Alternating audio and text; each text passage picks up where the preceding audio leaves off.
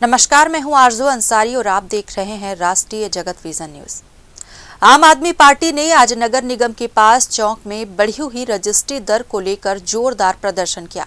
कार्यकर्ताओं ने आरोप लगाया कि रजिस्ट्री दरों में बढ़ोतरी से आम जनता पर सीधा वित्तीय बोझ डाला जा रहा है और लोग जमीन या घर खरीदने में असमर्थ होते जा रहे हैं। प्रदर्शन के दौरान पार्टी नेताओं ने कहा कि भाजपा सरकार अपने 2 साल के कार्यकाल में तेजी से अपनी लोकप्रियता खो रही है। उनका दावा है कि जनता सरकार की नीतियों से नाराज है और बढ़ी हुई दरों ने लोगों की मुश्किलें और बढ़ा दी है। आप नेताओं ने मुख्यमंत्री पर भी निशाना साधते हुए कहा कि यदि राज्य की वित्तीय स्थिति खराब है तो फिर विलासिता और दिखावे वाली योजनाओं पर करोड़ों रुपए क्यों खर्च किए जा रहे हैं। आरोप लगाया गया कि भाजपा का पूरा मंत्रिमंडल जनहित के बजाय ऐसे फैसले ले रहा है जिनसे जनता की जेब पर सीधा असर पड़ रहा है। पार्टी ने आरोप लगाया कि सरकार जनता को राहत देने के बजाय आर्थिक रूप से कमजोर तबकों को और परेशान करने वाली नीतियां अपना रही है। प्रदर्शन के दौरान वक्ताओं ने कहा कि रजिस्ट्री दर बढ़ाकर सरकार जनता को लूटने की योजना बना रही है, जिसे किसी भी हाल में बर्दाश्त नहीं किया जाएगा। अभी हम लोगों ने जो ओपी चौधरी जी के नेतृत्व में सरकार ने गलत नियम कानून लाया है कि कोई भी गरीब आदमी अब 2200 वर्ग फुट से नीचे की ज़मीन रजिस्ट्री नहीं करा पाएगा। आप रायपुर में एक सर्वे करा लो, 80% लोग 1000 foot, 1200 foot, 1500 foot, 1800 foot, 2000 foot के मकान में रहते हैं। इसका मतलब अब गरीब लोग ज़मीन नहीं खरीद पाएंगे, मकान नहीं बना पाएंगे। छोटा कर्मचारी, छोटा व्यापारी, मजदूर, दैनिक वेतनभोगी, इन लोग कहाँ जाएंगे? एक तरफ प्रधानमंत्री जी बोलते हैं जुलाई 2022 तक हर सर के ऊपर छत, वो पीएम आवास योजना तो आप कंप्लीट नहीं कर पाए। 2 साल आपकी स्वयं की सरकार हो पाई, वो योजना धरातल पे नहीं है। अब कोई किसान अगर अपने बच्चे के शादी के लिए या कोई बीमार पड़ गया, कोई अनहोनी हो गई, अपनी ज़मीन बेचना चाहता है तो अब अपनी ज़मीन नहीं बेच पाएगा। उसके पीछे तर्क ये है कि 1 एकड़ में 35 डिसमिल ज़मीन अब वर्ग फुट में रजिस्ट्री होगी। गाँव में ज़मीनों का दर आज भी कम है। सरकार जो है जानबूझ के ऐसा नियम लाई है ताकि लोकल लोग, छत्तीसगढ़ के लोग, कर्मचारी, व्यापारी और मजदूर, कम पैसे कमाने वाले लोग अब ज़मीन नहीं खरीद पाएंगे।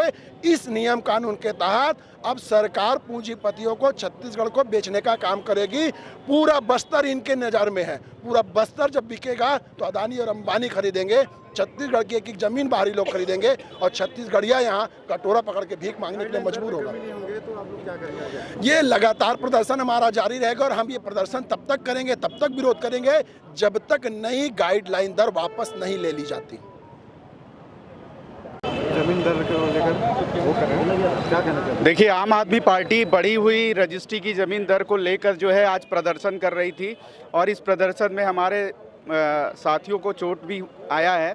मैं आपको बता देना चाहता हूं, ये जो सरकार है और खासकर ओपी चौधरी मानसिक रूप से बीमार हो चुके हैं, उनका इलाज करवाना होगा। लगातार जन विरोधी जो है वो निर्णय ले रहे हैं और इस तरीके का जो ये लोगों ने कानून लाया है ये बहुत गलत है। इसके खिलाफ में जनता सड़कों पर है और हम इसको लेकर आने वाले समय में उग्र आंदोलन करेंगे।